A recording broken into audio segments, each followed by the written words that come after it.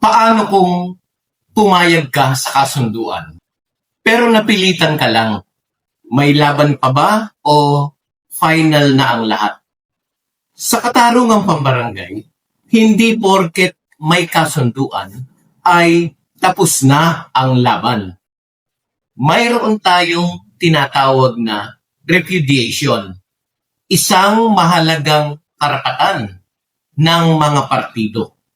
Sa video na ito, ipapaliwanag ko kung kailan, paano, at bakit pwedeng bawiin ang isang kasunduan sa barangay. Kaya kung ikaw ay Lupon member, ikaw ay punong barangay, o kahit sino na interested sa mga ganitong bagay, para po sa inyo ang video na ito. Magandang araw mga kabarangay, kumusta na kayo? Muli ako po si Jeffrey at sa video na ito, pag-uusapan natin ang isa sa pinaka-importanteng bahagi ng katarungang pambarangay. Ito po yung repudiation. Alam po natin na ang layunin ng barangay justice system ay amicable settlement o pagkakasundo. Pero hindi lahat ng kasunduan ay kusang loob. May mga pagkakataon na ang isang partido ay napilitan lamang makipagkasundo. Totoo po yan. Dahil sa takot, pananakot, o panlilinlang. Dito po pumapasok ang konsepto ng repudiation. Mga kabarangay, bago nga po pala ako magpatuloy dito sa discussion about repudiation, gusto ko po munang mag-shout out sa mga taga-barangay Sala, City of Cabuyao. Sa April 8 ng umaga, ako po ay naandyan sa inyong barangay hall. Kasi po na-invite ako ng inyong presidente ng federation sa City of Cabuyao ng Lupon Tagapamayapa, si President Freddy Halinaw. Na-invite niya po ako para mag-lecture o ma-refresh ang mga Lupon Tagapamayapa ng barangay Sala, City of Cabuyao. Kaya po, kita-kits po tayo sa darating na Miyerkules, April 8, 2026, diyan sa Barangay Hall ng Barangay Sala, City of Cabuyao. Ano nga ba mga kabarangay ang repudiation?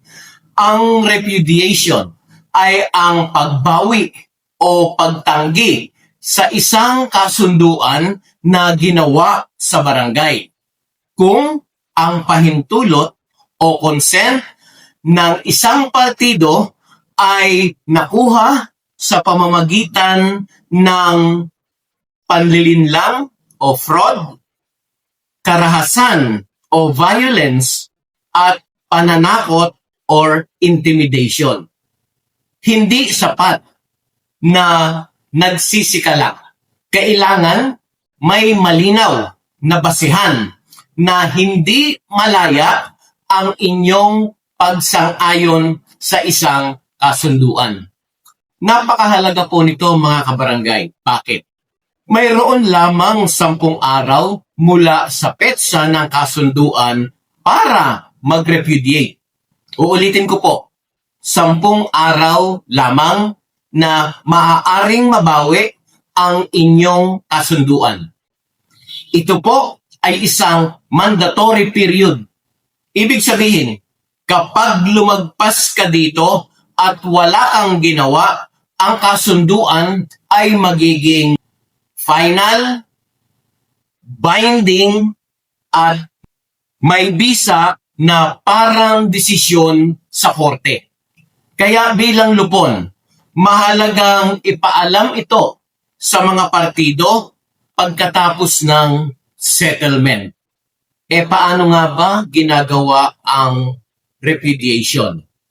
Narito po ang tamang proseso. Gumawa ng sinumpaang salaysay o yung sworn statement. Dito ilalahad kung bakit hindi valid ang iyong consent o yung iyong ibinigay na consent sa isang settlement. Number 2, i-file ito sa punong barangay o sa pangkat chairman. Hindi ito verbal lang ha. Dapat nakasulat at pirmado. Number 3, gamitan ng tamang KP form. Anong ginagamit dito? KP form number 17. Ito po ang standard na form sa katarungang pambarangay. Number 4, dapat o mas maganda kung notarized o sinumpaan sa harap ng otoridad para maging valid ang claim. Bilang lupon, siguraduhin po nating naiintindihan ito ng mga partido. Hindi dapat minamadali ang kasunduan kung may alinlangan. Ito po ang legal effect. Ano ang mangyayari kung walang repudiation sa loob ng 10 araw? Ang kasunduan ay magkakaroon ng bisa ng isang final judgment. Pwede nang ipatupad o i-execute. Parang panalo ka na sa korte. Ito po ang dahilan kung bakit napakahalaga ng proseso. Dahil ang simpleng pirma sa barangay ay may malakas na legal effect. Ngayon, paano nga kung merong isa na nag-repudiate? Ang kabilang partido ay may dalawang pagpipilian. Option 1, i-enforce ang kasunduan. Pwede siyang mag-file ng motion for execution sa barangay within 6 months period o sa municipal trial court. Option number 2, i-rescind at mag-file ng kaso sa korte. Ibig sabihin, babalik sa umpisa, parang walang nangyaring kasunduan. Dito na papasok ang formal judicial process. Kaya po, bilang mga lupon tagapamayapa, narito ang mahalagang paalala. Siguraduhin na voluntaryo ang kasunduan.